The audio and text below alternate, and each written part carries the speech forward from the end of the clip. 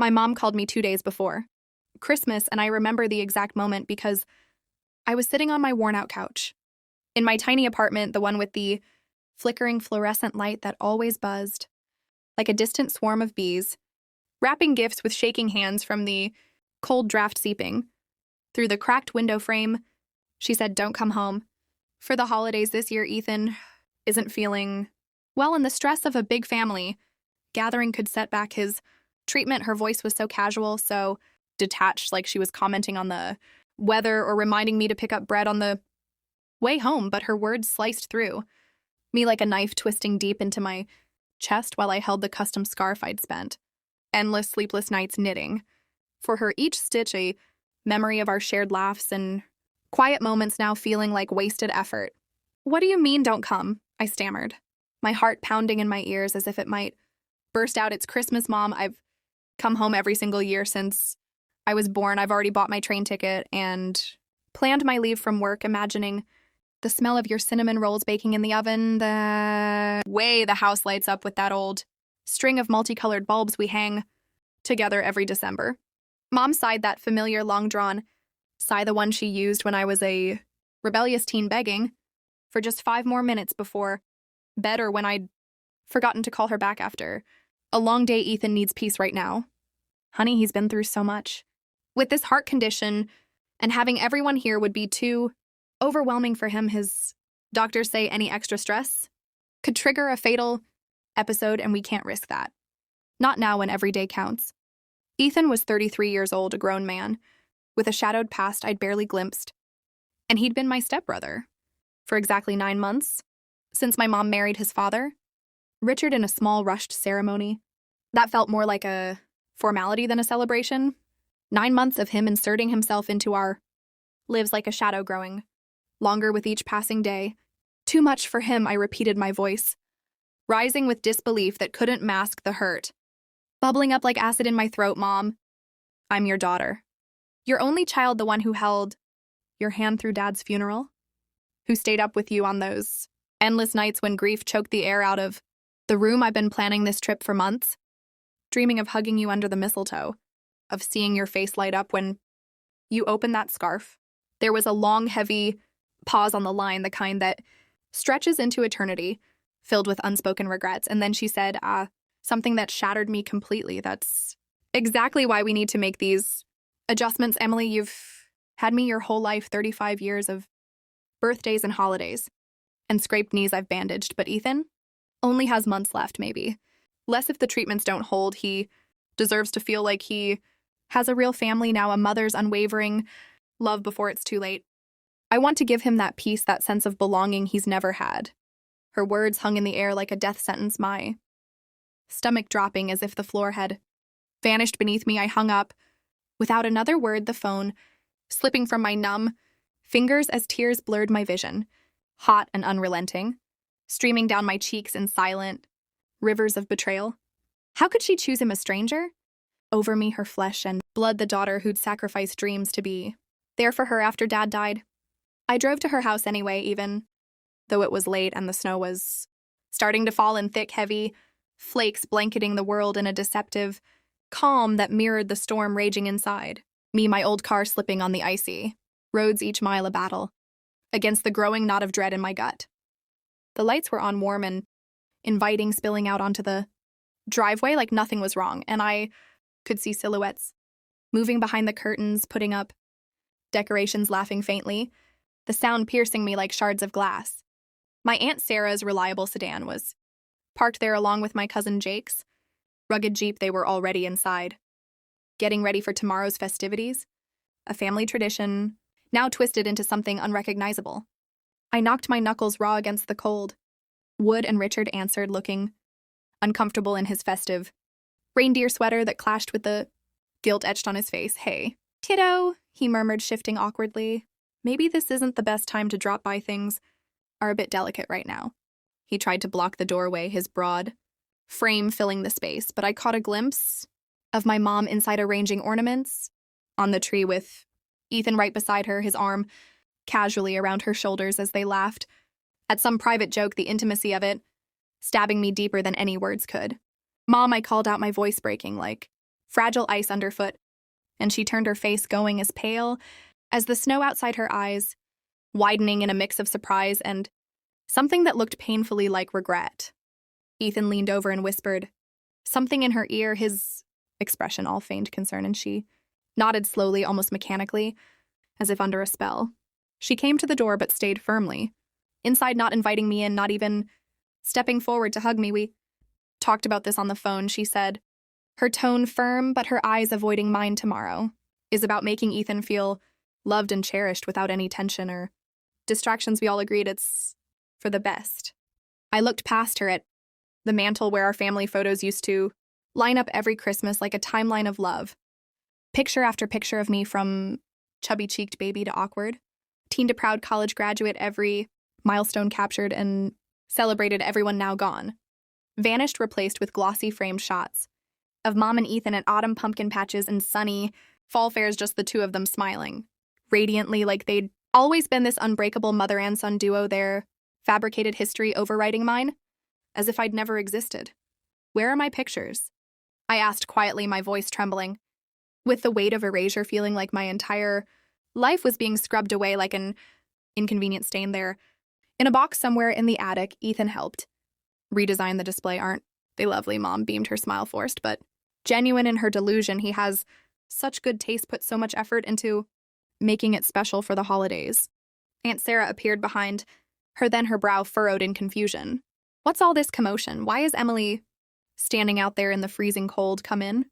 Sweetheart, you'll catch your death. Mom straightened up, her posture rigid. Emily agreed, it's better if she sits this one out this year. Sarah looked at me, then back at Mom, her eyes narrowing in disbelief. Are you serious, Linda? She's your daughter, your only child, the one who's been by your side through everything. How can you do this? Ethan stepped forward, then holding a steaming mug of cocoa, his face pale and drawn in that dramatic way he always managed when attention shifted, his eyes glistening with unshed tears. Your presence triggers my anxiety, Emily, he said softly but with calculated pathos. The doctors say any extra stress could cause another episode, and I just can't risk that. Not when every heartbeat is a gift now. Everyone went quiet, the air thick with unspoken accusations. What episodes? I asked, my confusion turning to anger. We've barely spoken since the wedding. How could I possibly trigger you? Ethan clutched his chest lightly, tears spilling over. Now you just remind me of the life I might not get to have, the normalcy, the future. It's not your fault, really, but I need calm, absolute peace to fight this thing inside me, to make the most of the time I have left. Mom wrapped an arm around him protectively, her face softening with that blind maternal instinct. See, he needs our full support, real unwavering family support, the kind that puts his needs first right now. Sarah stared at Mom like she'd been possessed, her laugh bitter and hollow. Linda, you've completely lost it. Emily is your real family, the blood tie that can't be broken. How can you throw that away? Mom's expression hardened, her eyes flashing with a defensive fire I never thought I'd see directed at me. Richard and Ethan are my family now, my chosen family, the ones who fill the voids I've carried for years. Some connections are deeper than biology, stronger than shared DNA. They're the ones who make me feel whole again. That's when Jake came from the kitchen, wiping his hands on a dish towel. His face puzzled. Aunt Linda, how many for dinner tomorrow? The caterer needs a final head count to prepare the turkey and all the sides. Mom looked straight at me, her gaze unwavering. 30 everyone but Emily. Jake's mouth dropped, open shock etching lines on his young face. You're uninviting your own kid from Christmas. How is that possible? Richard shuffled forward uncomfortably, his hands fidgeting. It's for the best right now, Emily. Understands, don't you, kiddo? I didn't understand anything, my world tilting on its axis. Mom, what's really going on here? Did Ethan whisper lies in your ear? Did he threaten something? Twist your thoughts against me. Ethan started crying harder now.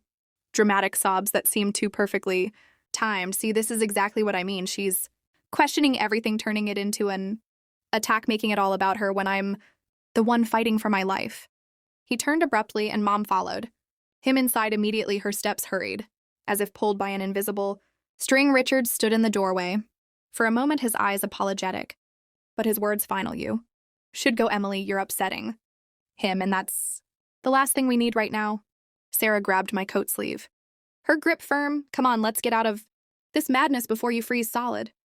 We sat in her car, the heater, blasting but doing little to thaw the ice in my veins, and she pulled out her phone, her fingers flying across the screen. Your mom changed her will 3 weeks ago. Everything goes to Ethan now. The house, with its creaky floors and memory-filled walls, the cozy cabin upstate, where we spent summers, the savings account she built penny by penny, even the antique ring your grandma left, specifically for you, the one with the tiny diamond that catches the light like a promise. How do you know? I whispered, my voice barely audible over the pounding of my heart. Because she asked me to sign as a witness, I flat out refused. Told her she was making the biggest mistake of her life. That's when she dropped the bomb. Ethan has a rare heart condition, congenital and aggressive, maybe 6 months left at best. He wants to know what it's like to have a mom's love before he goes a real devoted parent who's there for every painful moment you've had. 35 years of that. He needs his turn to feel cherished before the end comes. My stomach twisted into knots, a wave of nausea washing over me. So he's dying, and that's why you're all erasing me like I was never part of this family.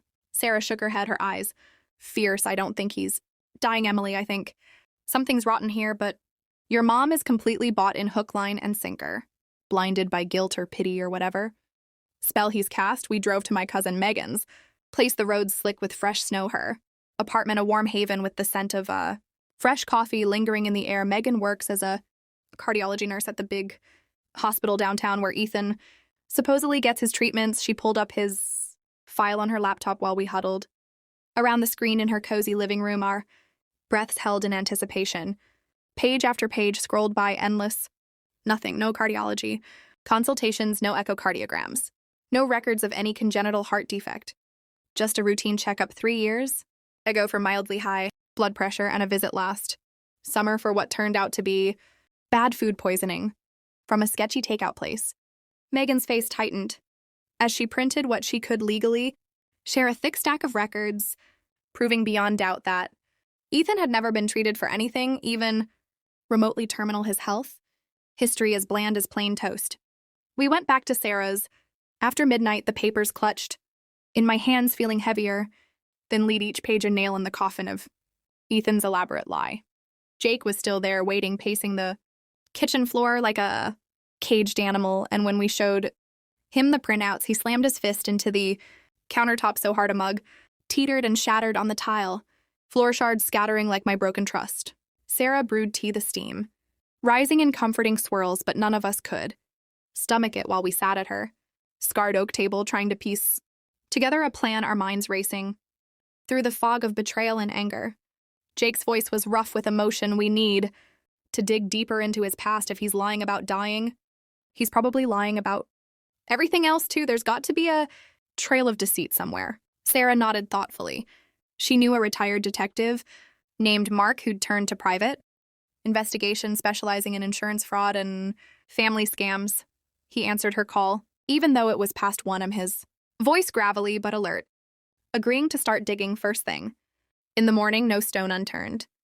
We couldn't sleep, the adrenaline pumping through our veins like fire, so we stayed up under the dim kitchen light, making exhaustive lists of all the red flags that now seemed glaringly obvious in hindsight. The way Ethan's symptoms only flared up dramatically when someone dared to question him, how he masterfully isolated Mom from anyone who didn't fully buy into his tragic narrative, how suspiciously fast he had moved in after the wedding, claiming space in her heart and home like he'd always belonged there.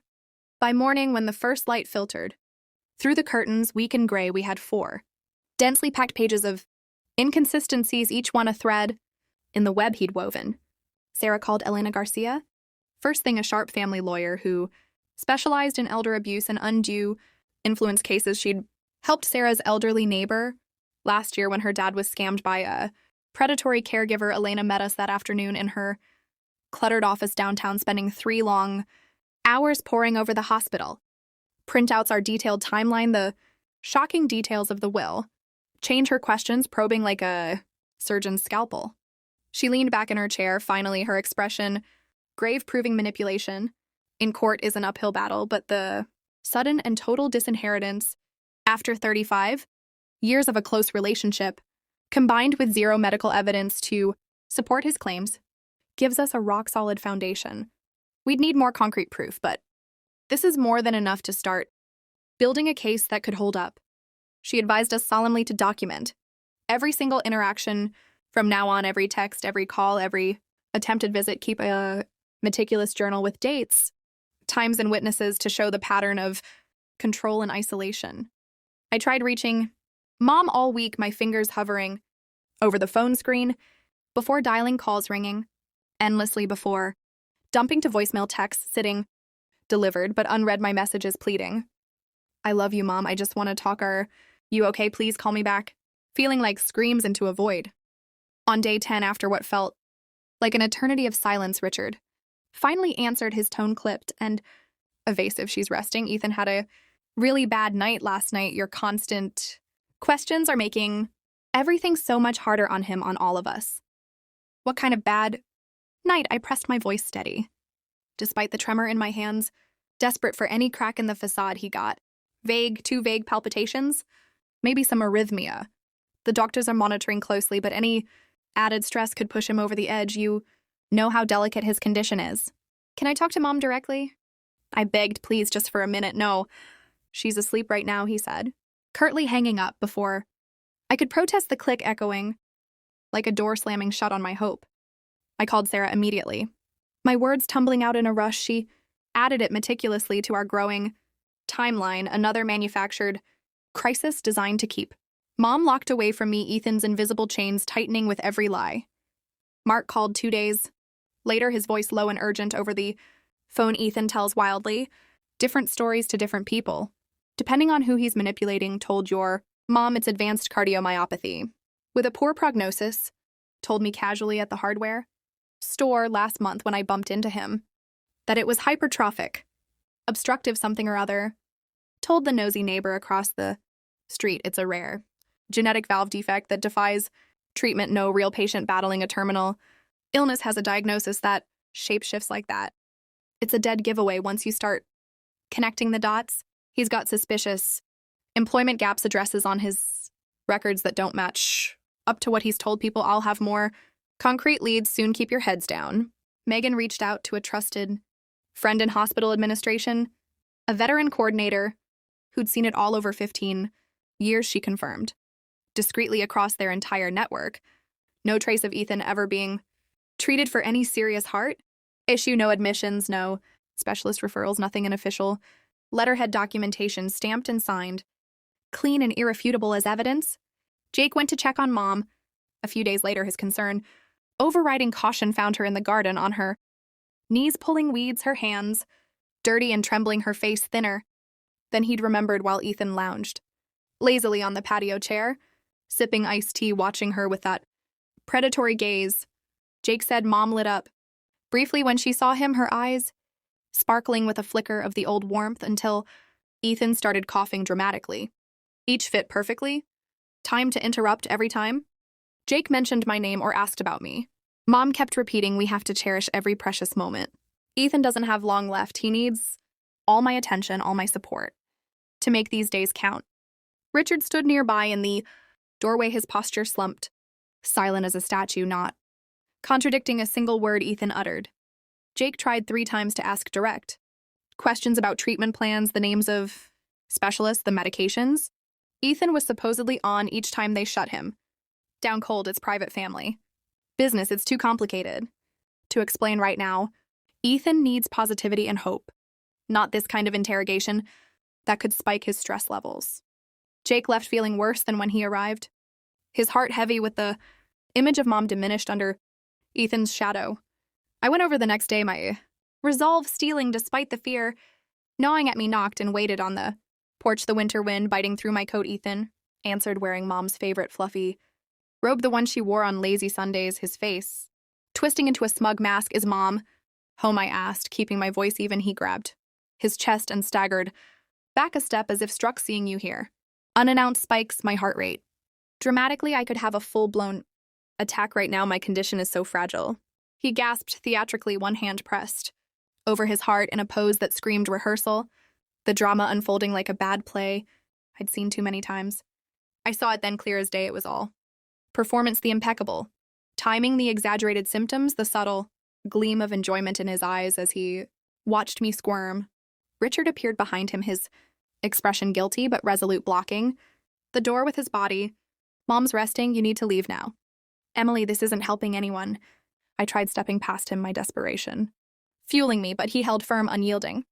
Ethan watched from behind, with that slight widening smile that turned my blood to ice. He wasn't sick. He wasn't dying. He was reveling in this power, thriving on the chaos he'd sown. Richard closed the door in my face. The click final as Ethan's smile grew even broader.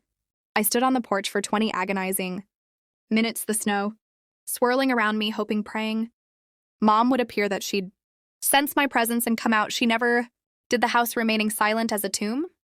We met Elena again with 2 weeks of fresh, damning evidence piled high. Hospital letters detailing the inconsistencies, Jake's detailed notes from his visit, the official documentation proving no treatments ever occurred.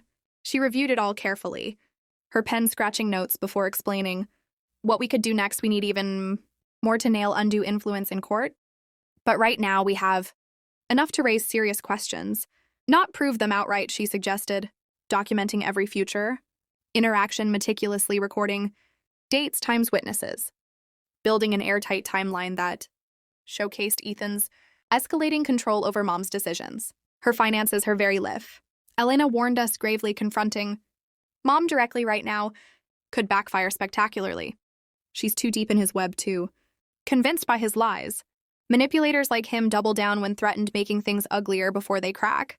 Mark called that evening with a breakthrough that made my hands tremble as I held the phone. He'd tracked down Rachel, an ex-coworker from Ethan's old job at a bustling call center 5 years back. She agreed to meet us and bring her sister Tara, who'd dated Ethan briefly during that time. Their stories, she said, were ones we needed to hear to understand the monster we were dealing with.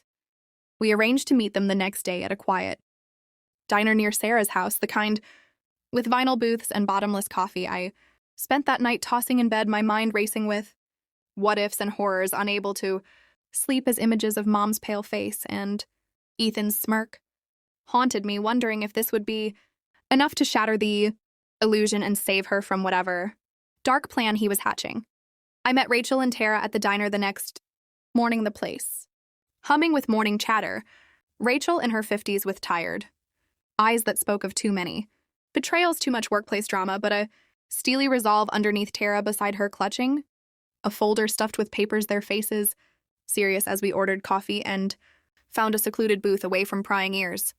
Rachel pulled out her phone first, showing me old group photos from the call center, Ethan looking younger but with that same disarming smile that hid the venom beneath. He joined our team, claiming he needed extra shifts to cover specialist appointments for his chronic health issues. She explained, her voice steady but laced with old anger. Everyone felt so sorry for him. We bought him lunches, sent sympathy cards, even started a collection jar for his medical fund, raised almost $12,000 over 6 months before the cracks started showing. He never missed a day for those supposed treatments, and his social media lit up with vacation photos during times he claimed to be in the hospital, hooked up to machines. The management finally confronted him after someone's spouse who worked in healthcare pointed out inconsistencies. He paid back a fraction and vanished overnight, like smoke, leaving us all feeling foolish and violated. Tara opened her folder, then spreading out printed screenshots from years old social media accounts, her hands steady as she pointed to images of Ethan surrounded by various groups over the years. He has this pattern, she said, quietly but firmly, targeting people who are lonely or vulnerable, befriending them fast, learning their secrets, their weak spots, then inventing some crisis to make himself the center, the victim. Sometimes it's abuse from imaginary family, other times fake illnesses or threats from non-existent enemies he turns friends against each other with whispers and lies until the group implodes. Then he moves on to the next, leaving wreckage behind. She showed me a photo of a woman named Lisa who bore a vague resemblance to me, same warm eyes, same hair color. Lisa had been Ethan's target in a previous scam until she pieced it together and warned others he spun it to make her the villain, the bully who tormented him. Most believed him because his tears were so convincing. Lisa lost her job. Her friends ended up moving states to escape the backlash. Tara looked me in the eyes, the story about you. Triggering his anxiety is probably pure fiction. He just needed an excuse to push you out, isolate your mom completely so he could drain her without interference. I felt sick to my core, the coffee turning bitter in my mouth as the pieces fell into place. This wasn't a coincidence, Ethan hadn't just stumbled into our family. He'd hunted us, researched, planned, calculated every move to strip us bare. Mark, who joined us midway, leaned forward, his voice low. Ethan probably stalked Richard online first, learned his regrets about not having kids, then wove himself in as the long-lost son before targeting your mom. He studies his prey like a predator, learns routines, emotional cracks, your mom vulnerable. After the divorce, eager for a blended family, Richard guilty, wanting to be the hero, Ethan exploited it all. Rachel and Tara gave us copies of everything they had, including contact info for other former co-workers who'd fallen for his scams, even a guy named Kent who dropped by during his lunch break to add his own tales of how Ethan pitted the office against each other, positioning himself as the poor innocent soul, needing protection, the pattern always the same, gain trust through vulnerability, create crisis to extract resources, vanish before the truth catches up. We left the diner with more evidence than I could process, my arms laden with folders, Sarah driving us back to her house, where we organized it all into neat categories: financial fraud, fake illnesses, emotional manipulation, a lifelong pattern across countless victims. The case against Ethan swelling like a storm cloud, but mom still trapped in his lie, believing every poisoned word Uncle Ben called that evening, his voice heavy with concern. He'd tried to talk to Richard at the gym, approaching him in the locker room after a workout. Richard's face drained of color. He refused to discuss anything about Ethan or mom, kept glancing around like he was being watched, his hands trembling. When Ben mentioned Ethan's name, he practically bolted. When pressed for answers, Ben said, Richard looked trapped, terrified, not defiant or protective, like a man who'd realized too late he'd invited a viper into his home and didn't know how to evict it without getting bitten. Sarah decided to contact the notary, who'd handled mom's will change, tracking him down through county records and public databases, his office. Reluctant at first, but Sarah explained carefully the fraud, the elder abuse pattern. He finally admitted mom had seemed nervous during the appointment, checking her phone every few minutes, glancing out the window like she expected someone. He'd asked twice if she was absolutely sure about the changes. She said yes, but her voice wavered, unsteady. He noticed a car idling outside. The whole time, someone in the driver's seat watching the building. Thought it odd at the time, but didn't press. Now he realized it was likely Ethan, ensuring she went through with it. He offered a sworn statement if we pursued legal action, a crucial piece in our growing arsenal. I spent the weekend alone in my apartment, going through dusty boxes of old photos and documents stored in the back of my closet, pulling out birthday cards mom had sent every year without fail, each one with her looping handwriting, spilling love, and pride photos from my high school graduation, where she beamed so brightly it lit up the room. Pictures from family vacations, sandy beaches and mountain hikes, spanning 3 decades. Letters she'd written when I first moved away for college, telling me how empty the house felt without me, how she missed my laughter, my hugs. I organized everything chronologically, tears staining the pages as I created a timeline of our unbreakable bond, 35 years of evidence that I wasn't the problem Ethan painted me to be, every photo capturing her genuine love, every card proving our connection deep and enduring. Ethan trying to erase it all, replace it with his manufactured fairy tale of the perfect son. I made copies of the most poignant items, put together a bound presentation documenting our real history, a shield against his lies. Jake discovered something deeply disturbing on social media. That same weekend, Ethan had created multiple accounts across platforms, posting daily emotional updates about his journey, battling his illness with his devoted new mom by his side, how she was his angel, his rock in these final months. Detailed stories of their deep bond, their special connection, photos of them together, baking cookies, watching sunsets, looking like the ideal mother and son pair. No mention of me anywhere in his curated reality. Mom had only one child who cherished her. The comments flooded with sympathy hearts and prayers from strangers who had no idea they were feeding a Fiction Ethan even set up a fundraising page for experimental treatments, abroad raking in donations for a condition that didn't exist while mom healthy as ever. Unknowingly starred in his scam. Jake screenshotted every post, every comment, sent it all to Mark, who added it to our expanding file of irrefutable evidence. Mark called on Monday with news that made my hands shake uncontrollably. He'd tracked down Ethan's ex-girlfriend from 7 years ago, Lisa, who'd almost married him until she uncovered his web of deceit. She said he'd faked a cancer diagnosis complete with forged documents to keep her from leaving after an argument showed. Her fake scans begged her to stay for his last months, drained her savings for supposed treatments, then when confronted, laughed in her face, called her stupid for believing him. Lisa divorced him swiftly, her voice cracking on the phone as she recounted the betrayal, but she agreed to provide a detailed statement. She wanted to help stop him from shattering more lives the way he'd shattered hers. We met Elena again on Tuesday, bringing the mountain of evidence we'd amassed over the past 2 weeks.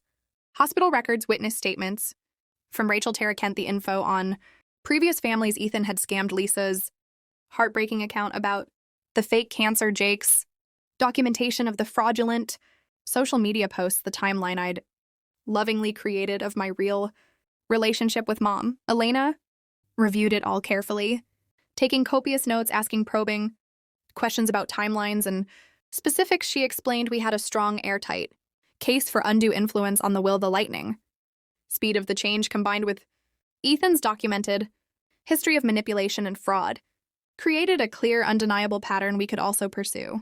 Criminal charges for theft and deception, depending on what financial transactions we could fully document between Ethan and mom. Elena recommended we try one more time to reach mom directly before diving into legal warfare, suggesting a carefully crafted letter that laid out all the evidence in a clear, factual, unemotional way, something she couldn't easily dismiss or ignore, like she could a heated phone call or surprise visit.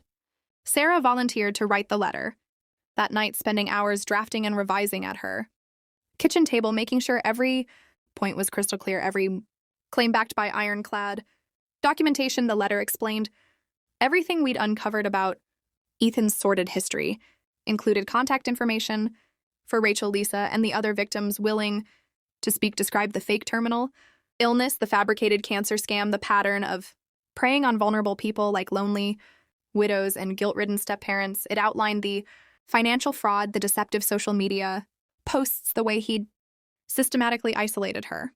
Sarah made multiple copies of the key evidence and included them with the letter, sending everything via certified mail the next morning, so we'd have undeniable proof that mom received it. Now all we could do was wait and pray that it pierced the fog Ethan had cast over her mind, that she'd finally see the monster for what he was.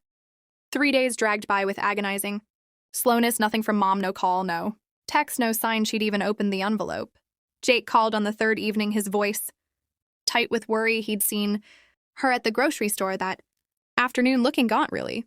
Gaunt, like she'd lost weight too fast, her face pale and drawn with dark circles under her eyes. He tried to approach her casually, but she spotted him and practically ran out, leaving her cart half full in the middle of the aisle, groceries abandoned.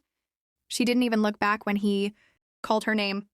That image stuck in my head all night. My strong, vibrant mom, running scared from her own nephew.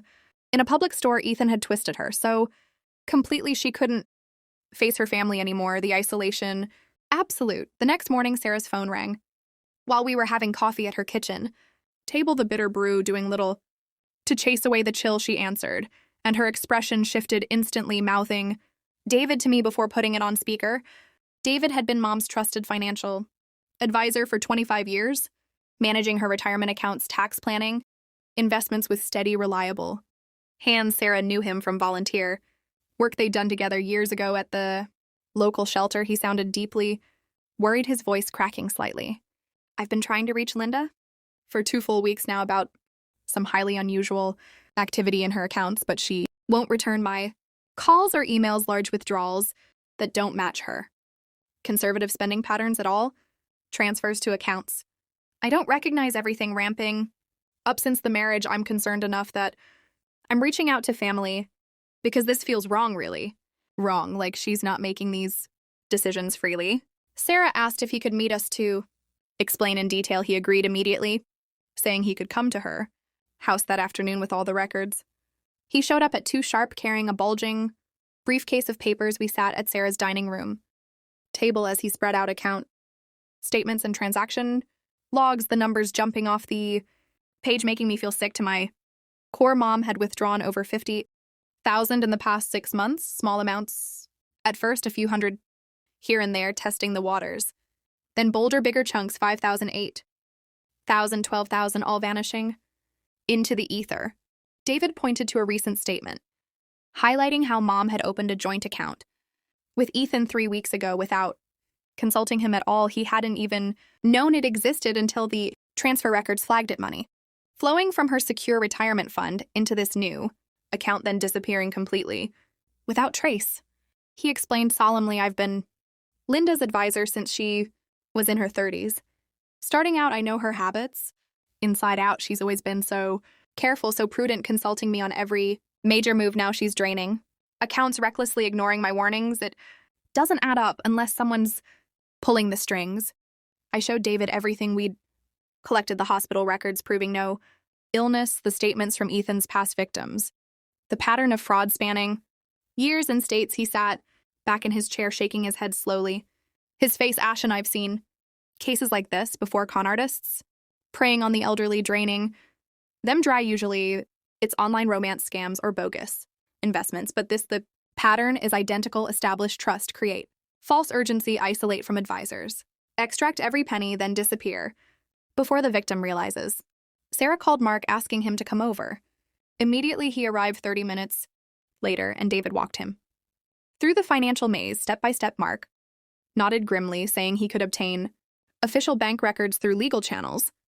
Now that we had documented suspicion of fraud, he made calls right there at the table, his network activating, and by day's end, he had subpoenas filed for all of Mom's account information and detailed transaction histories. The bank records came back 2 days later, a thick packet that Mark spread across Sarah's dining room table. We poured over every page, the pattern even more sinister than David had feared. Money from Mom's accounts transferred directly to 3 different ones in Ethan's name, one the joint account David discovered. The other 2 individual ones he'd opened using Mom's home address as his own. The transfers mirrored exactly what he'd done to previous victims, small at first to fly under radar, then larger as control. Solidified in one chilling case, he'd convinced an elderly man to take out a second mortgage on his lifelong home and wire the proceeds straight to him. The man lost everything, ending up in a nursing home, broken and penniless. I felt a bizarre mix of vindication and horror washing over me in waves. We'd been right all along. Ethan was a thief, a predator, stealing from Mom just as he'd stolen from others, but seeing the cold, hard numbers, the extent of the damage already inflicted, made me want to vomit. 50,000 gone. Mom's retirement savings, painstakingly built over 30 years of hard work and sacrifice, just vanished into Ethan's greedy grasp. Elena came over that evening after Sarah's urgent call, reviewing the new financial revelations, carefully taking notes on dates, amounts, patterns. She said we now had enough to pursue aggressive legal action to safeguard Mom's remaining assets. We could file for an emergency restraining order to freeze all accounts, prevent further transfers, petition the court to reverse the will change based on proven undue influence. We might even secure criminal charges for fraud, theft, and elder exploitation. But she cautioned all of that would take time, messy court proceedings, a public spectacle that could humiliate Mom, shatter her further. Sarah suggested we try one final private approach first, confront Richard with the overwhelming evidence, see if we could crack whatever hold Ethan had on him. If Richard flipped, admitted the truth, and helped us, perhaps we could expose Ethan without dragging Mom through a brutal legal battle. It was a long shot, risky, but we all agreed it was worth attempting before unleashing the full storm. We found out where Richard worked from Jake, who had mutual friends. He was a mid-level manager at a warehouse supply company on the industrial edge of town. Sarah and I drove there on Tuesday during his lunch break, waiting in the parking lot like detectives in a bad movie until we saw him emerge from the building, heading to his truck. I got out, called his name, my voice carrying over the hum of forklifts. He saw me and his face blanched. White as a ghost, he turned, abruptly starting back toward the building. As if to escape, I ran after him, grabbing his arm gently but firmly. We have irrefutable evidence Ethan is scamming Mom, stealing everything. From her, he's done this exact thing before to other innocent families. We can prove it all. Richard stopped dead, his shoulders slumping, as he stared at the cracked asphalt. Sarah caught up breathlessly, suggesting we sit in his truck for privacy, away from curious coworkers. He didn't speak, but nodded, walking to his vehicle, unlocking it with shaking hands. We climbed in, Richard behind the wheel, me in the passenger seat, Sarah in the back, the air thick with tension. I pulled out the thick folder, laying it open. On the console, page by page, victim statements, bank transfer records, hospital documentation proving no terminal illness, the detailed timeline of his predatory pattern. Richard's hands trembled as he turned each page, his face growing paler with every revelation. Sarah explained calmly but relentlessly who each person was, what Ethan had done to them, the fake pregnancy with one ex, the fabricated cancer diagnosis with another, the stolen savings, the shattered lives left in his wake. Richard put his head in his hands and started crying, not quiet, dignified tears, but deep, wrenching sobs that shook his entire frame, his body heaving. With the force of pent-up guilt and fear, he said, brokenly, I'd suspected something was off for weeks now, but I felt so trapped, so helpless. Ethan threatened me, constantly said if I didn't back his story about being my son, about his illness, he'd tell Linda I'd abused him, hit him, controlled him, terrorized him. He'd destroy my marriage, my reputation. With false accusations, I never laid a hand on him, but he made me believe he'd make it stick. I was terrified of losing her, of being labeled a monster. I didn't know how to fight someone who lies as easily as breathing. Then Richard revealed something that made the horror deepen. Ethan had approached him 2 years before I even met. Linda found me somehow online or through old records, claimed to be my long-lost son from a brief fling in my 20s, had eerily accurate details about my past places I'd lived, jobs. I'd held names of women I'd dated. I wanted to believe him so badly. I'd always regretted not having kids, felt that empty ache, so I took a paternity test secretly, praying it was true. The results came back negative, clear as day. He wasn't mine, but by then he'd wormed his way in, living in my spare room, meeting my friends, knowing my secrets. I confronted him furious, but Ethan just laughed cold and mocking. Said he'd never really thought I was his dad, just needed a place to crash, and I seemed lonely, pathetic. Then he told me he'd scouted Linda. Online, saw her as the perfect mark, wealthy widow, desperate for family. If I didn't help him get close, insert him into our relationship, he'd ruin me completely. He had secret recordings of private conversations, access to my emails, my bank logins, threatened to fabricate evidence, plant bruises, accuse me of violence, get me arrested, thrown in jail. I tried to cut him off, change Locke's move, but he followed me. Relentless when I started dating Linda, he inserted himself, seamlessly convinced her. I wanted to scream at Richard, then rage at him for his cowardice, for watching my mom get manipulated, destroyed, and doing nothing. While Ethan tore our family apart, but looking at him there, in his truck, sobbing like a broken man, his hands shaking uncontrollably, I realized he was just another victim caught in Ethan's web, as trapped and terrified as Mom. Sarah must have sensed my boiling anger because she placed a calming hand on my shoulder, speaking quietly to Richard about the path forward. The only way to fix this mess is to come clean. Together, all of us presenting the evidence to Linda irrefutably. She needs to see it, hear it from you too, to break the spell. Richard wiped his face, with his sleeve nodding jerkily, his voice rough as sandpaper. But we have to be careful. Ethan's getting desperate. The money's drying up. He's been acting erratic, more angry, less careful about hiding his true self. I think he's planning a big final move. Before bolting, overheard him on the phone twice this week talking to some shady contact about property values, home equity loans, ways to cash out fast. Sarah pulled out her phone right there in the truck, her fingers flying as she started making calls, reaching out to Mom's longtime neighbors, the Millers, who'd lived next door for 40 years, watching our family grow from afar. Mrs. Miller answered, and Sarah explained the situation rapidly, but clearly how Mom was in grave danger, how we needed to get her alone away from Ethan to show her the truth without interference. Mrs. Miller gasped, but said they'd noticed the changes. How Mom looked thinner, frailer, how she never ventured outside anymore unless Ethan was right there. Watching like a hawk, they agreed to help. Without hesitation, their voices firm with neighborly loyalty. The plan was straightforward, deceptively simple. Mrs. Miller would call Mom and invite her over for morning tea tomorrow. Just a quick casual visit between old friends. Ethan typically left the house on Wednesday mornings for what he called critical doctor appointments, but Richard confirmed bitterly it was actually covert bank runs to siphon more funds. We'd have perhaps an hour, a narrow window, to open her eyes. The next morning, I sat in the Miller's cozy sunroom, my stomach churning like a storm-tossed sea, hands clasped so tight my knuckles whitened. Mr. Miller kept vigilant watch at the window, his eyes scanning the street. At 10:15, he whispered, "She's coming up the walk alone, no sign of him." Mrs. Miller opened the door with her warmest smile. "Come in, dear Linda. I've missed our chats, just us girls, for a bit of tea and gossip." Mom stepped inside, chatting lightly about the weather, the recent snowfall, how it reminded her of childhood winters. Then she saw me and Sarah sitting on the floral couch, her face transformed in an instant. From polite to panicked, she turned back toward the door, her hand reaching for the knob, but Mr. Miller stood there gently, not blocking exactly, but a quiet presence. Mrs. Miller touched her arm softly. "Please, Linda, just 10 minutes. That's all we're asking, 10 minutes to listen." Mom looked trapped, her eyes darting like a cornered animal, but she sat down in the armchair across from us, her posture rigid as if bracing for impact.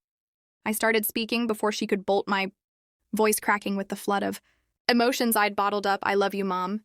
More than anything, I'm so scared for you right now, terrified of what's happening, but I'm not angry, even though God knows I have every right to be after what you've done, what he's made you do."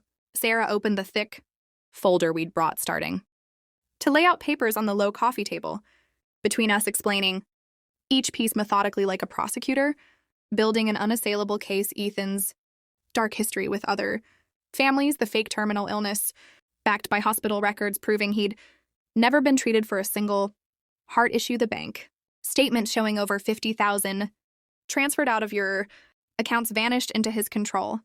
Richard's confession about the negative paternity test proving Ethan isn't even his son, about the threats and manipulation he's endured too. Mom's face cycled through a whirlwind of expressions I could barely track. Shock widening her eyes, denial shaking her head vigorously. "No, this can't be right." Then raw anger flaring as she insisted, "Ethan's sick, he's dying. How dare you attack a man on his deathbed?" But Sarah kept presenting evidence. Undeterred statement after statement from his previous victims, timeline after timeline illustrating the identical pattern of deceit and destruction. Finally, something shifted in Mom's expression, a terrible dawning understanding spreading across her features like a nightmare slowly coming into focus. She kept repeating the same mantra over and over, "But he's dying, but he's dying," her voice growing fainter, more desperate, until Sarah placed the official hospital records directly in her trembling hands, the irrefutable documentation showing Ethan had never been a patient for any terminal condition, no cancer, no heart disease, no rare disorder, nothing but lies. Mom stared at the papers, her world crumbling. Then she started crying, not quiet, dignified tears, but deep, guttural sobs that racked her entire body, her shoulders heaving as if the weight of realization was crushing her. She couldn't stop the words tumbling out between gasps about how she'd felt something off for weeks now, a nagging doubt in the pit of her stomach, but couldn't let herself acknowledge it because seeing the truth meant facing the monster she'd become, what she'd done to me, her own daughter, the cruelty of uninviting me from Christmas, of erasing my photos, of changing the will, believing a stranger's honeyed lies over the child she'd raised, loved, sacrificed for. How foolish, how blind she'd been. Mrs. Miller brought a box of tissues, sitting beside her, rubbing her back in soothing circles. Mom looked at me through red, swollen eyes, and I saw real unfiltered horror there. Horror at herself, at the betrayal she'd inflicted, at what she'd nearly lost forever, her hand reaching out tentatively. I took it, despite the part of me that wanted to pull away. Mom's phone started ringing. In her purse, insistent. She ignored it. It rang again and again, then switched to buzzing with incoming texts. Richard pulled out his own phone, showing us the messages. Ethan was firing off. They were nothing like the sweet, vulnerable, dying son act. We'd all witnessed these were vicious, raw, demanding, "Where the hell are you? Why? Aren't you answering? Don't tell me you're with that ungrateful, selfish bitch of a daughter. I'll have another attack if you don't. Get home right now," the threats. Escalating, more aggressive, more controlling, revealing a side of Ethan. Mom had never seen the mask slipping in his panic. Mom stared at the screen, her hand shaking as she read each new venomous line. This wasn't a concerned son worried for his mom. This was a tyrant furious at losing his puppet, the control slipping from his grasp. The phone rang again, shrill in the tense room. Mom answered this time, her voice emerging steady, calm despite the tremor beneath. "I'm with old friends, dear. I'll be home later." Ethan's response exploded through the line so loud we could all hear it, even without speaker, his voice nothing like the weak, plaintive tone he usually affected. It was hard, mean, laced with rage. "You stupid, ungrateful old cow. I gave you purpose, made you feel needed, and this is how you repay me. Get home now before I make you regret it." Mom's face went ashen white as he screamed on. Then, in a move that surprised us all, she hit the speaker button, setting the phone on the coffee table so his tirade filled the room. Ethan's mask shattered completely as he ranted how pathetically easy Mom had been to manipulate, how weak she was for believing a near stranger over her own flesh and blood daughter, how he should have squeezed more money out before her meddling family interfered. With his perfect plan, his words growing more hateful, venomous with every breath, bragging about faking the terminal illness, researching symptoms online to make it convincing, about how he'd pulled this scam before on other stupid, lonely women desperate for connection and purpose, about how he'd almost convinced her to sign over the house, refinance it for maximum cash before vanishing. He said Mom was worthless, a fool who deserved to die alone, that she'd been the easiest mark yet because of her post-divorce loneliness, her aching need to feel needed again. He revealed every sordid detail, how he'd targeted Richard first, posing as his son, knowing his regrets, how he'd scoured Mom's social media, knew her vulnerabilities, knew exactly which buttons to push to worm his way in, how he'd planned to drain every account, every asset, then disappear like always leaving her broken and broke. Ethan was so blinded by rage he couldn't stop the confessions pouring out, 10 full minutes of damning admissions before he finally hung up with one last vicious insult. Mom sat frozen on the couch, staring into nothing, her face a mask of utter devastation, as if her soul had been hollowed out. She turned to me slowly, her eyes filled with tears but clearer, now stripped of illusion. She reached for my hand again, and I let her hold it tight. She whispered sorry over and over like a prayer, said she understood completely. If I could never forgive her, if the bridge we'd burned was too charred to rebuild. But she needed me to know, needed it like air, that Ethan had manipulated her, masterfully preyed on her loneliness, her vulnerabilities, that she'd been so desperate to feel needed. After the divorce, she'd clung to his lies. Like a lifeline, apologized for choosing him for the will, the holidays, every terrible word she'd said to me. Every moment she'd erased me from her life. Sarah put an arm around her, letting her cry, the sobs coming in. Waves. I pulled out my phone with my free hand, called the police while Sarah dialed. Elena, the operator, answered, and I explained haltingly, "We have a recorded confession of fraud. Elder abuse theft," played a snippet over the line, the operator's tone shifting to urgent seriousness, dispatching officers immediately, asking for the address. Elena was already en route, saying she'd meet us at the station. The operator instructed, "Save the recording. Don't touch anything, officers." En route to the house to secure it, prevent flight or destruction of evidence. Richard handed over his house keys, explained Ethan was likely still there, alone, oblivious.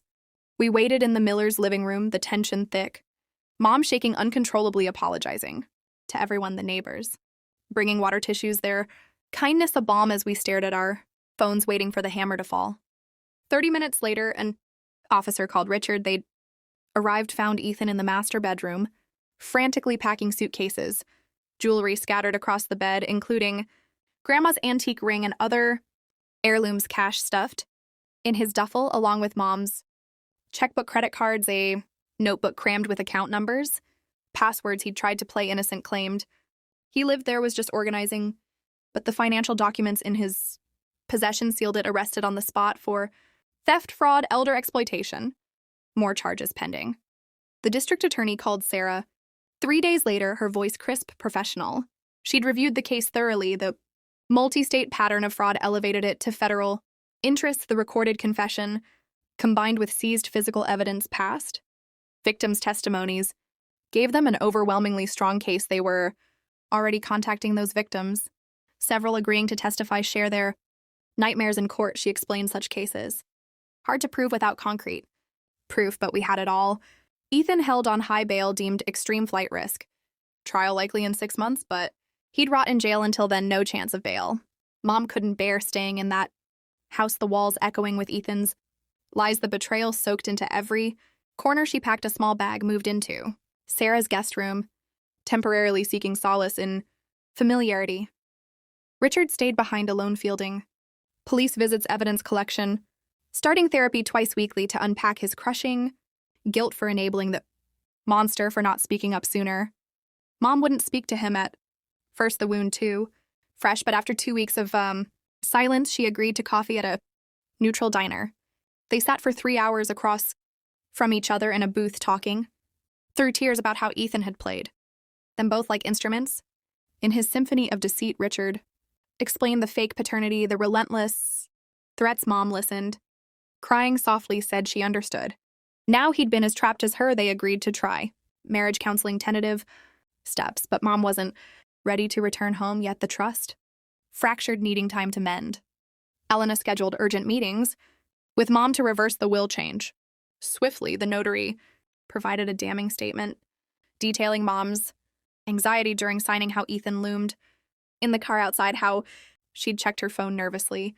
Every minute, Elena filed the paperwork to restore the original will, leaving everything to me with provisions for future generations. The process taking mere weeks, given the coercion's clear circumstances. Mom signed all documents, her hand steady now, telling Elena she wanted me protected always, no matter if our relationship healed or remained scarred. I visited Mom at Sarah's the following week. We sat in the backyard, bundled against the chill, talking for 2 hours about the nightmare unfolded. Mom tried to explain haltingly how Ethan had isolated her so masterfully, crying whenever she mentioned spending time with me, inventing health crises that demanded her immediate undivided attention, planting insidious doubts about my motives, suggesting I only cared for the inheritance, not her heart. How she'd known deep down something felt off, but pushed it away, fearing the truth.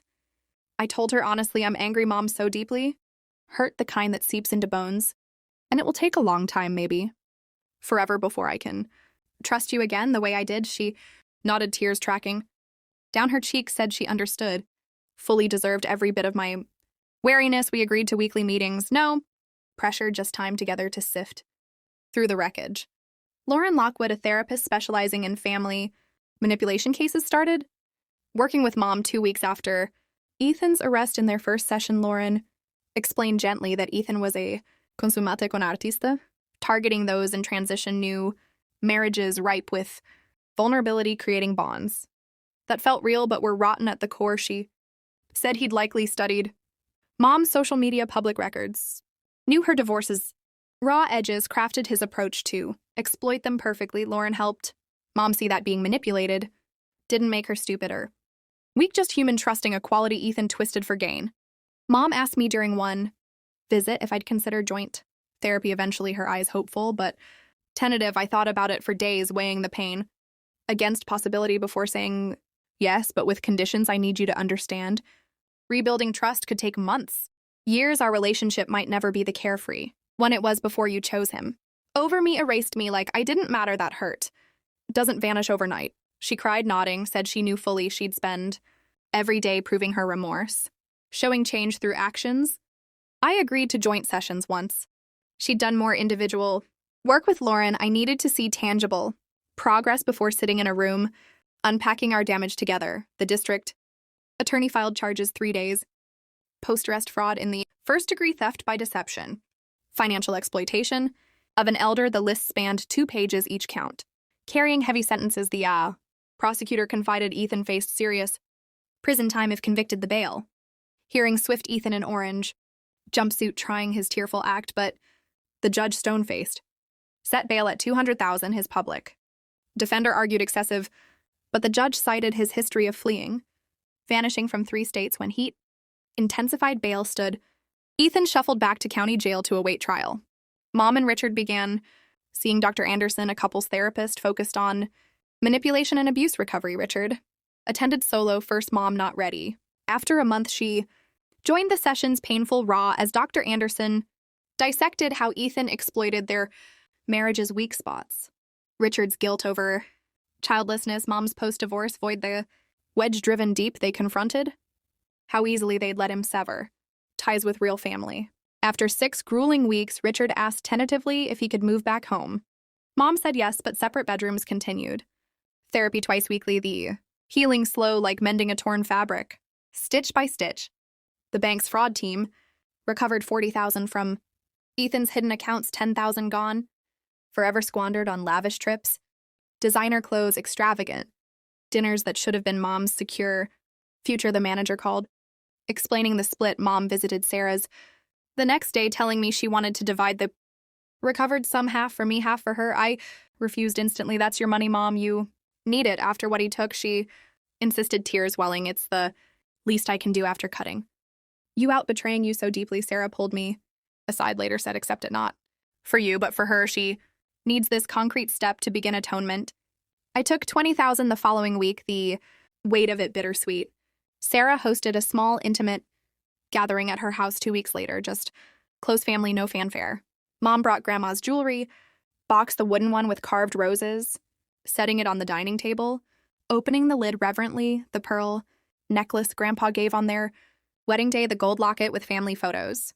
Inside, the sapphire earrings, worn to every milestone, the diamond ring passed down generations. Mom took each piece out slowly, her voice breaking as she recounted the stories behind them, the love, the history, the near loss.